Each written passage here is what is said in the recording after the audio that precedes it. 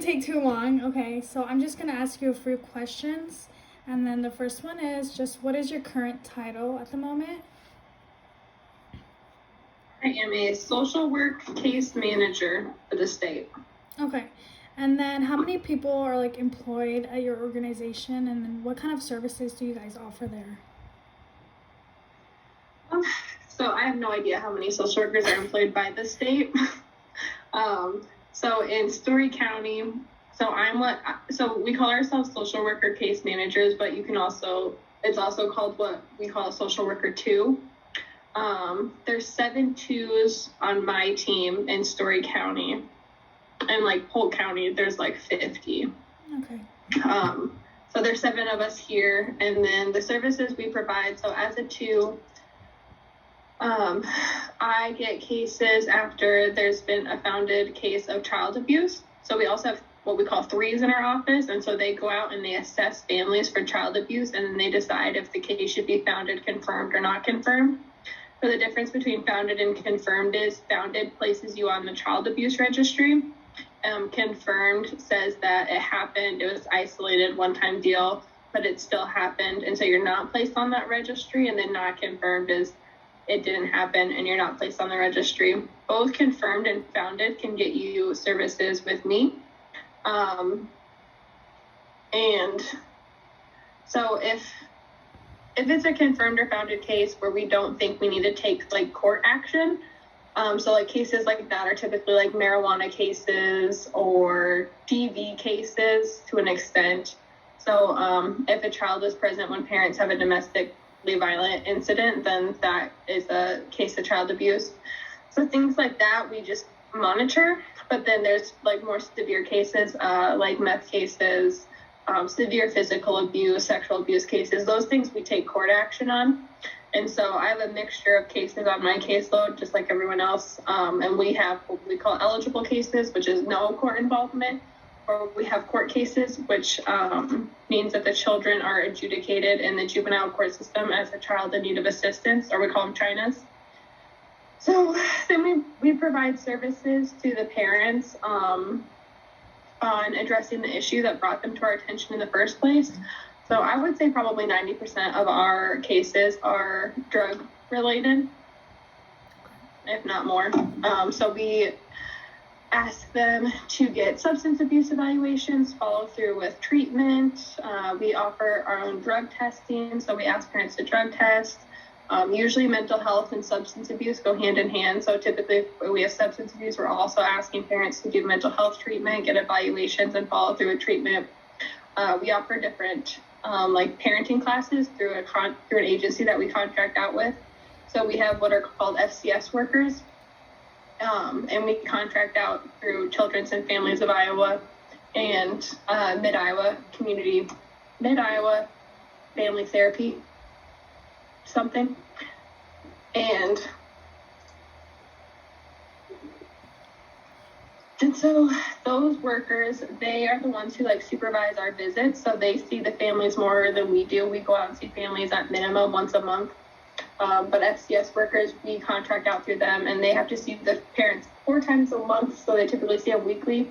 But those are the people who supervise our visits for us. So if kids are removed from their parents' care, those people will take their kids to their parents, and they'll supervise interactions. And then they help get those services set up, or we help get those services set up. I don't know, a little bit of that. Then we do monthly visits with all of our clients. I'm not sure I understand. Yeah, happens all the time. So, so what are your like own job responsibilities for yourself? Like, what do you do specifically? So once I get a case, depending on if it's eligible or court involved, so if it's eligible, we do what is called a handoff. And so myself and the 3 who investigated the case will go out and introduce me to the family. And then I will meet with the family monthly and check in on the services that I asked them to do. So if I asked them to do a substance abuse evaluation, I would get a release and then contact the provider where they got that substance abuse evaluation to get record of that. And then I would monitor the family to make sure things were going okay. You meet with the kids alone to ask if they feel safe in the home. You address any safety concerns that you see in the home. and talk with the parents about those. So you kind of just check in and provide supervision, and those are like the easier cases. And then like court involved cases, you do the same thing every month, but you're like on it a little bit more. So you check in more frequently with providers to make sure that parents are doing what they need to do. You write court reports. I've been in court all morning, so you attend court hearings. And then you write notes for all of the stuff that you do. So there's a lot of documentation. There's a lot of stuff that we do. Okay. I had another question that was like, what was a typical day for you? But you kind of answered that, and then you said there was a lot of paperwork, so that was one of my other questions. So I'm just gonna ask, so what was your educational career journey? Like, how did it look like? So I went to DMAC and I got my associates in human services, and then I transferred to Iowa State and I majored in child, adult, and family services, and then I focused in youth. And then I'm currently halfway through my MSW through Walden University, which is like an online school. Okay. All right. And then, what kind of skills do you need to perform your position, and is there any other position that you were interested in at all, or have you always been interested being a social worker? Well, I kind of be tough-skinned in this job because parents don't like you, and they're mostly either under the influence of drugs or have severe mental health, and they're kind of mean. So you can't take what they tell you to heart, and you're messing with their children, which is not something people want to mess with. So you got to be able to kind of have the hard conversations with people, and you have to be able to build relationships with your clients, which can be difficult sometimes because nobody likes DHS, so they don't want to build a relationship with you. And then even if you like families, sometimes you still have to make the tough decisions. Like today, I had a TPR hearing, so I was requesting to terminate a kid's parental rights, and I love his parents, and they're my favorite, but they did not get their shit together, so I still had to sit there and talk about how their rights should be terminated, which sucks. Then, I don't know that I ever really wanted to be a social worker. When I was at Iowa State, I interned for DHS and then took a job afterwards, and I liked my internship, and I like my job now. I used to work with adults with intellectual disabilities, and I think that's definitely where my heart lies and where my passion is, but it's not what I want to do for a career. It's become more of a hobby of mine now, and I do more volunteering that way. But since I've been a social worker, for a hot second I thought about maybe becoming a therapist, but I think I want to be a social worker, but I want to be a licensed social worker so that I can do more than just child welfare. I think it'd be cool to be a social worker at a NICU in a hospital. So you just get to deal with little babies all day, or something like that. Mm-hmm. Or a school social worker would be fun. Yeah, I also wanted to get into that too, either work at the hospital or be a school social worker too. Okay, so then another question is, what kind of advice do you have for college students? I guess going into your field, yeah. So if you want to stay in Iowa, I would say you're probably good with your degree from Iowa State because you'll be able to do anything. If you ever wanted to move, I would recommend going further and becoming a licensed social worker, because in Iowa, you could have any degree to do this job, but everywhere else you need that license, or you need an MSW or a BSW. And that's just what I've been finding out as I've been out of college for a while. Experience will get you there too, but there's some jobs where they just require you to have a license and or have an MSW, and it opens up a lot more doors, which I noticed that when I was in college too. I feel like teachers really put that on us too, that were get your master's, you need your master's now. So if you are available, I would say go for it if you want to be a social worker. But if you never want to leave the state of Iowa, you'd probably be good. Okay. I look at leaving the state. And so when I look at jobs outside of the state, I'm like, oh my gosh. And one of my coworkers just moved to Utah, and she went to Iowa State as well, because we all did. Mm-hmm. And she was struggling to find a job. out there because she didn't have a specific social work degree, and she wasn't licensed. And to do our job in Utah, you needed an MSW, and here you don't even need a degree. Like, we just did the hiring process, and if you have enough experience, you don't even need the bachelor's. So if you ever want to leave the state, go get that. Okay. If you want to stay in Iowa, you should be set. All right, thank you for that. Okay, and then what do you like least about your work? It's very mentally straining, I would say. A lot of long days of being yelled at by people, and it can become very tiring when you're dealing with everybody else's bullshit all the time. Yeah, I believe it. So what do you do anything to like kind of pull yourself away from that when you're not working? Like, what kind of things do you like to do to like stay away from like, because I'm sure they say a lot of mean things to you, so like how do you like prepare yourself, or like how do you like ignore that? I think it helps. I used to work in ICF homes with like aggressive kids who had behaviors, and so I mean I got beat up for a living for like 5 years, and those kids were always mad and would say all the things in the world, and you're just like, they obviously don't mean it. And like for most parents, it's like, it's kind of understandable. I mean, most of them are on drugs. Mm-hmm. So you're just like, yeah, well, and like most of the time you'll get blamed a lot, and they'll say, this is your fault. And it's like, oh no, it's not. I didn't do this. But we have work phones and work cell phones, and I off at 4:30. And as soon as I get home, my phone goes on a shelf and I do not look at it. And on the weekends, I don't look at it because you have got to separate your time. It got really hard during COVID because we were working from home. So everyone started to feel like we were always working.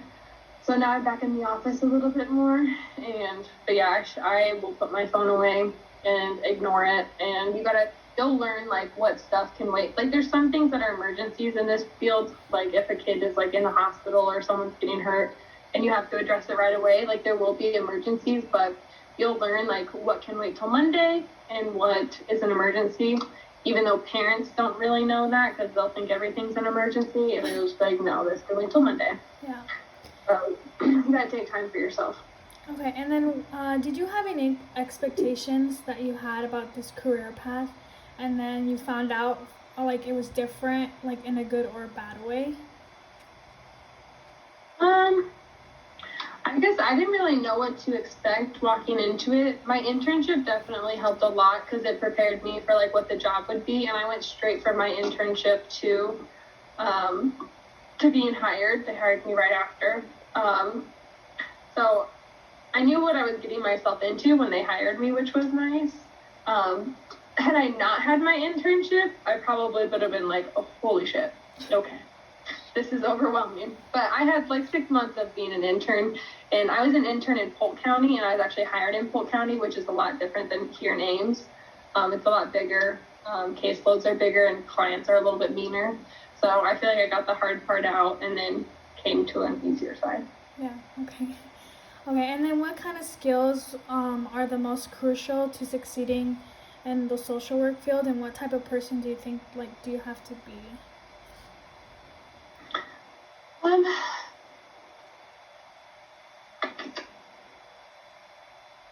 I would say you gotta have time management for this job, which is something that I really honestly don't have. I suck, and I always put off my visits, and then at the last 2 weeks of the month, I end up working till 8 o'clock every night because I have all my visits to do.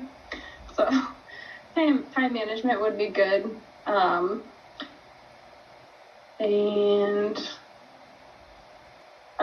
you have to be, what was the question again? What kind of person do you have to be to become a social worker? Like your skills or like abilities? Yeah. You have to be, I feel like you have to be caring. I mean, they always, obviously, in most human services, they're like, don't get attached. But you definitely get attached to these kids, and at some point, like, you have to care. I don't know how you could do this job if you don't care, but it's also like a burden on us because sometimes we care too much, and then we're like laying awake at night wondering if kids are safe and if we made the right decision. And then there is a lot of paperwork that you have to keep track of. So I would say you have to have some good office management skills. I don't necessarily have good office management skills, but I wish I had better ones. This would be a lot easier. So that was my last question, but I'm just curious because every time I like talk to a social worker, they're always like, "Oh, like I did it for so long, and then I just finally decided to like retire or anything." Do you think in the long run, do you see yourself like getting drained from it to the point where you like stop that career? I don't think I would stop the career. I think so. Like the good thing about social work is you can do it like anywhere. I think I would change it up. Like so now I work in child welfare, which I would probably say is the most draining form of social work that you could probably do. But it's definitely a good experience, and I'm glad that I did it right out of out of college, because I think it gave me a lot of skills and it toughened my skin a lot. Because it's not easy, but I think I'll always want to be a social worker, but I think I'll just switch it up and like be a social worker at a school or at a hospital or like, and there's other things that you can do. Like I look at stuff all the time and there's just other things that you can do with a social work degree. I mean, technically if you're licensed, you can be a therapist as well. And I don't know that I'd want to be a therapist, but so I think I would switch it up that way. I don't know if I would ever leave the field. Okay. Well, that's all my questions that I have for you today. Thank you for taking the time to meeting with me. Yeah, no problem. Okay. Thank you. Have a good one. Thanks, you too.